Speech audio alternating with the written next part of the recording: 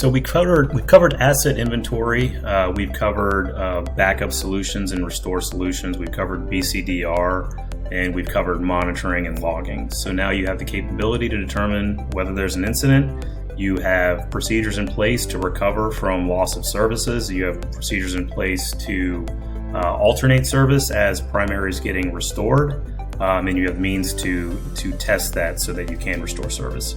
So these are all the components that you're going to need to implement a formal incident response function. So you have the ability to detect and you have the ability to respond. So now you have to assign, just like with security, just like with GRC, you have to assign responsibility for incident response to a team. Most likely it's going to be most of the same personnel that are responsible for the BCDR, but not always. There's going to be personnel on the security side.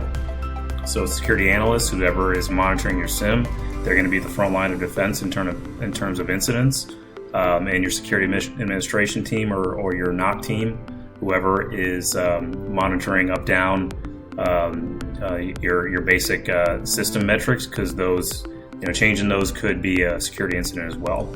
So you want to establish the personnel responsible for monitoring incidents, and that could be across multiple departments across your organization. You're going to have IT. You're going to have personnel that are not in technology.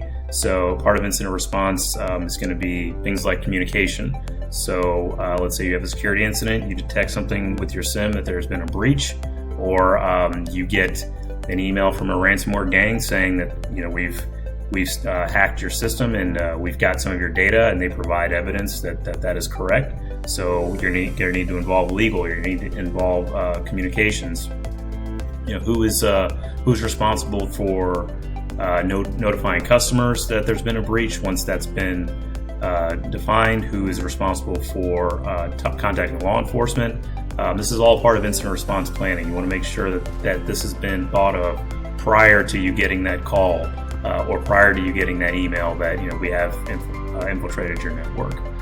So making sure those personnel are in place, making sure that the call tree is in place, and what triggers the incident response plan. So just a server going down or a standard operational issue, you're not going to trigger the incident response plan, multiple times a day. So you have to define when is this serious enough to call in the incident response team and start implementing this process. Is it if you have a web application, if it's down for more than an hour, if you have if you're a medical facility, let's say your power's gone out for more than 15 minutes, whatever that event is, that is so it's got to be important enough to your organization that we need to stop this from potentially catastrophically affecting our organization. So determining, you don't have to list every single type of incident that would trigger the plan, but just the severity of it. If we think service is going to be down for an hour, if we think headquarters isn't going to be available, these types of incidents are going to trigger this plan.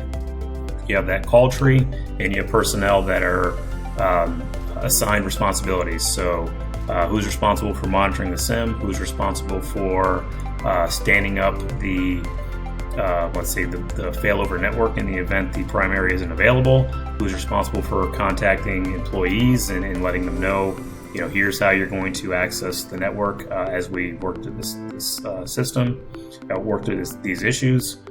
So who's going to be doing what, and how do you determine when the incident response plan can be decommissioned and that you are no longer in incident mode, that you are back to standard operating. So you want to make sure you go through each steps in the incident response process. Again, NIST 853 has an incident response section and a BCDR plan, or I'm sorry, an ISCP plan that is way more detailed than most organizations will need. So there's definitely resources available, and of course, Abacode can help as well.